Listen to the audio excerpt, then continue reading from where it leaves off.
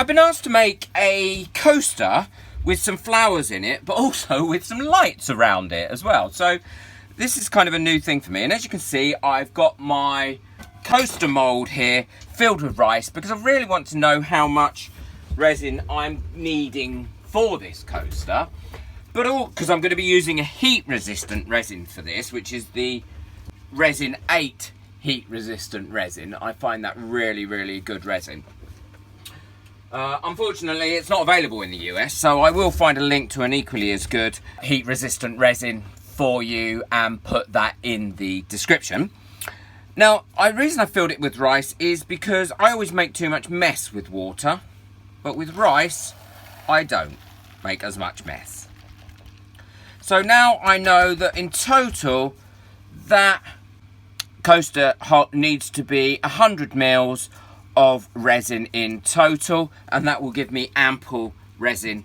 Now I reuse that rice over and over again. I keep it in that little jar like so. I always, after I've measured the rice in a mould, go around it with a baby wipe to make sure I've got all the bits of rice and starch out of it, because that's the last thing you want in your finished product. Now, I will put the links to everything that I use in the description below in separate headings for the UK and for the USA. I buy these little lights in bulk and they're very cheap. They're not expensive at all. So I'll just be using one of those. A big tip is, before you actually put them and bed them in your resin, make sure they work. And what this coaster is going to be used for, apparently it's going to be used for a romantic dinner that someone's bought a very special bottle of wine that they want to give to their partner. And so what they're going to do is they're going to put the room in darkness, turn these lights on, take them in, and this bottle of wine is going to be lit from below. I think that's quite sweet and romantic. So to prevent this from rising while I'm making the rest of the coaster, what I'm going to be doing first is actually gluing these down using a few spots of UV resin. I'm just going to set that so it makes sure that those wires stay where they are during the whole of the curing process and design of the actual coaster itself. So what I've done here is I've kind of tested out where I want to put the larger flowers, and their favourite flowers are orchids and roses, and I've got some pressed orchids and some dried rose petals. I'm going to add these ones in as well as little extras to fill in a few gaps, but I now know roughly where I want to have them. So what I'll do is I will take them out, and I always try to handle my dried flowers with tweezers because firstly I don't want to allow my oil from my fingers to absorb into the flowers, and secondly I am that heavy-handed I always end up breaking them and smashing them. The other thing is I always try and do odd numbers because I always think odd numbers of flowers looks better in anything.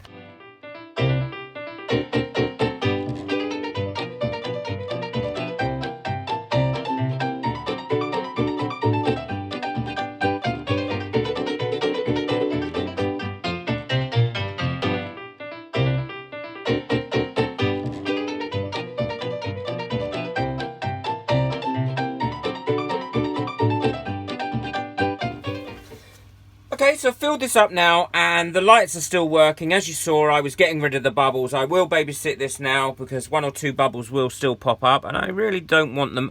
I don't mind so much if they're on the back of the flowers like this one was, but I don't really want them where I might be able to see them. I've left about a 2mm gap to fill this up because I'm going to put a dark red backing on this. So this is cured up nicely now, and what I need to do is I need to add the backing, and what I'm going to be using for the backing is I'm going to be using some mica powder.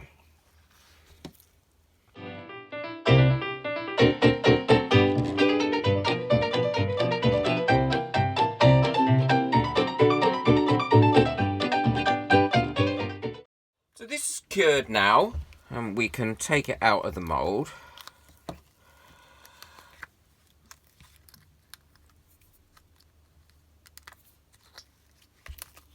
There we go. And it's come out of the mould lovely.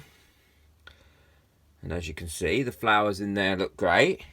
What'll happen is, where we've got this here, obviously that's not going to sit flush. So what I do with that is I use my Dremel and I just cut a little notch out. I'll quickly show you. Attach this to my Dremel, and this is the extender arm that's a flexi arm. It comes with the Dremel that I bought, and no craft room should be without a Dremel. I use it all the time. I will put the link to it in the description, and I have got a video above that you should check out after this, really, and shows you how, just some of the ways that I use the Dremel. Now, you can, I mean, I don't tend to bother, but you can actually put a bit of UV resin on there. Let's have a look and see what this looks like without the lights on, even though there is a bit of light coming in here.